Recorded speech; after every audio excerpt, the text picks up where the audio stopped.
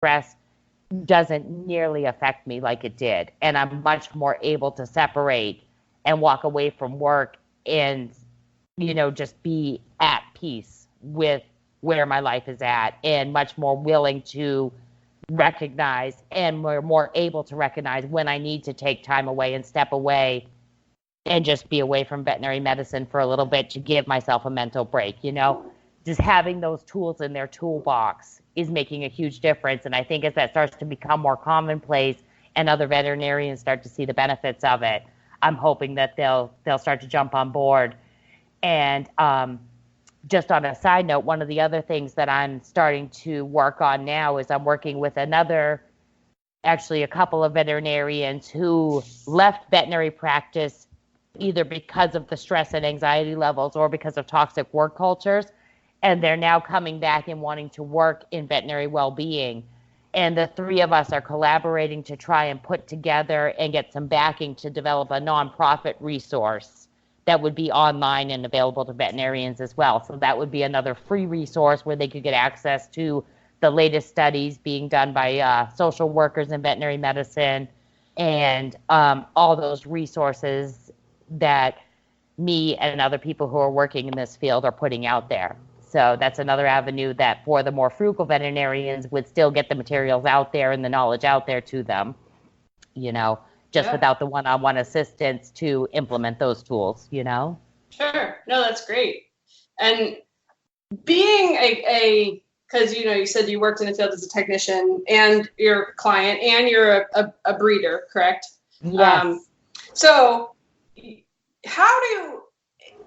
because then both sides, the expectations you have as an owner, mm-hmm. as well as, what those expectations look like from the technician standpoint and from the veterinarian standpoint. So I guess it's a two-part question. Sorry, my questions are a little long-winded. Does that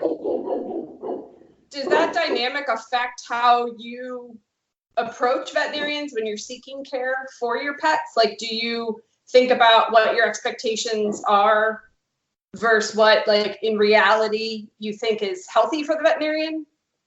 Absolutely. And I think that when I think about the pet owner I was when I was working as a technician versus the pet owner I am now, there is a difference. I think I was always on the side of being understanding, working in veterinary medicine and knowing the stresses and the workloads that veterinarians face. I was always one of those very understanding pet owners.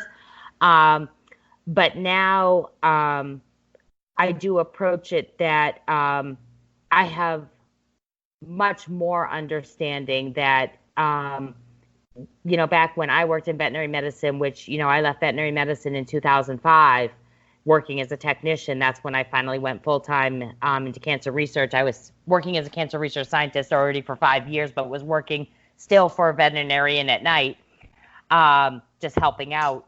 But I think that the dynamic of the pet owners has changed. I guess if that's the way I want to look at it, looking from the other perspective, I think that the pet owners have become far more demanding and expecting a lot more care and diversity of treatments for their pets, but their expectation of the cost of that has not gone up. You know what I mean? Yeah, I want it now for free. Exactly. And, this idea that just because somebody is empathetic, compassionate, and loving of animals does not mean that they should have to treat it for free. So I think that if I was really to think about it, what has really opened in my eyes is the understanding that I always worked on the business side of it, but I never truly understood until I started doing this work and conversing with veterinarians and small practice owners how tight that line is in keeping a business viable.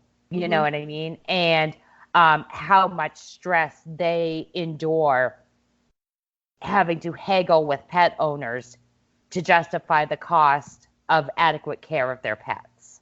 You know what I mean? And it really is, when I go to my own veterinarian, having 7 dogs, um, I used to always be trying to balance the budget, like, oh, if I do this now, I'm going to have to rob Peter to pay Paul, but I want to get it done for all 7 dogs. So, we'll find a way to make it work. And there were times when I would say those discussions out loud to him, and then I would leave and I would say, God, that was kind of rotten of me because I was making him feel like he had to justify his cost to me. And that's not what I meant to do. You know what I mean? Because it really is that, a good veterinarian cares, but they do have a business to run and they have other people whose livelihoods depend on them. And I think I've become much more understanding of the fact that, whatever they tell me the cost is, don't question it. You know what I mean? If you get a veterinarian who you love, who is caring well for your pets, don't haggle about the price. And then, if you become a longstanding client and you develop that good relationship, they're going to understand if you run into a tight spot and hopefully work with you at that time. But if you're constantly coming in and trying to get more for less, you're putting a big stress load on them because they want to care for your pet. And, if you start making it that they have to decide between, what they're going to charge you and being able to care for your pet to keep you as a client, it's an unfair expectation, I think, to put on vets. And I've become much more aware of how many people did that. And I don't know if I saw that as much when I was a technician, how much the veterinarian had to take a toll personally because they had to deny care to pets or they had to do less than they wanted to do because the financial aspect of it, Yeah. No, thank you. I was just kind of curious because I think it's interesting when you see both sides. Yeah.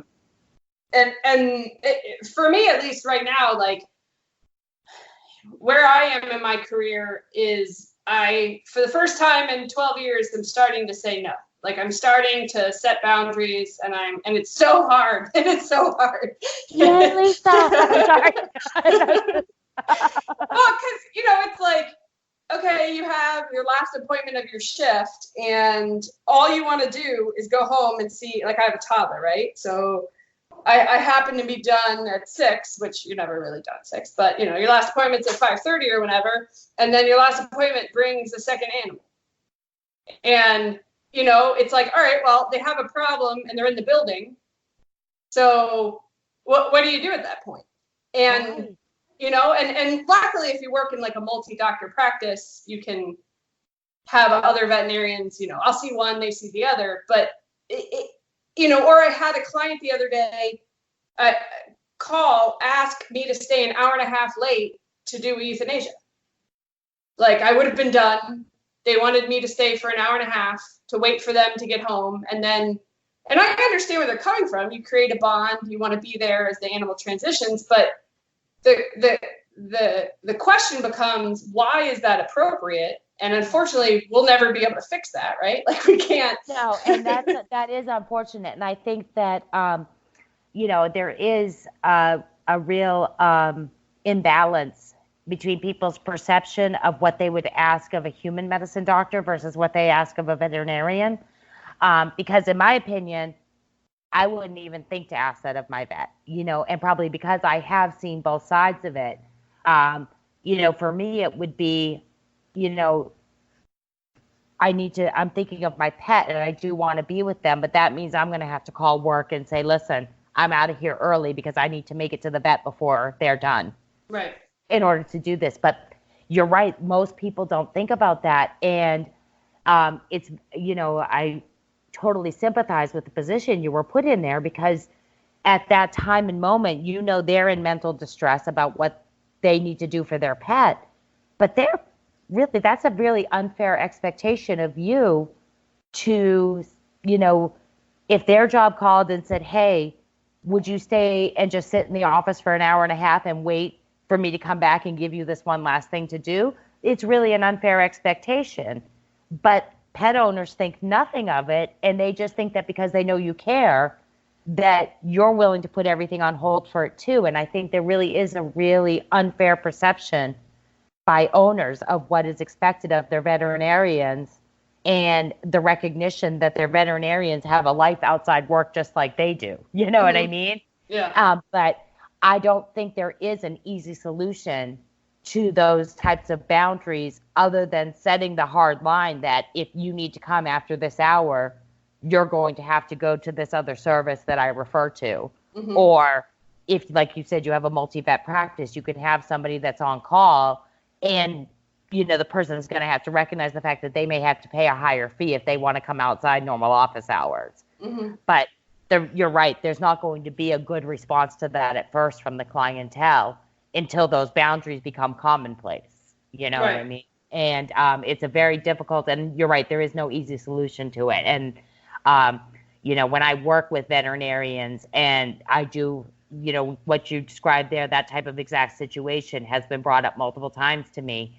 And, I have to say to them, you're going to have to recognize that you can't do that 100% of the time, because that's not a sustainable strategy for you personally, and you're going to have to pick and choose the cases, maybe just based on the longevity of your relationship with that client and that pet, to say, who am I willing to go out of my way for, versus the person who's only come in for rabies every 3 years for the last 12 years and all of a sudden says, I want you to stay 2 hours late to perform a euthanasia. That might be a case to say, well, I've only seen you 4 times in this dog's entire lifespan.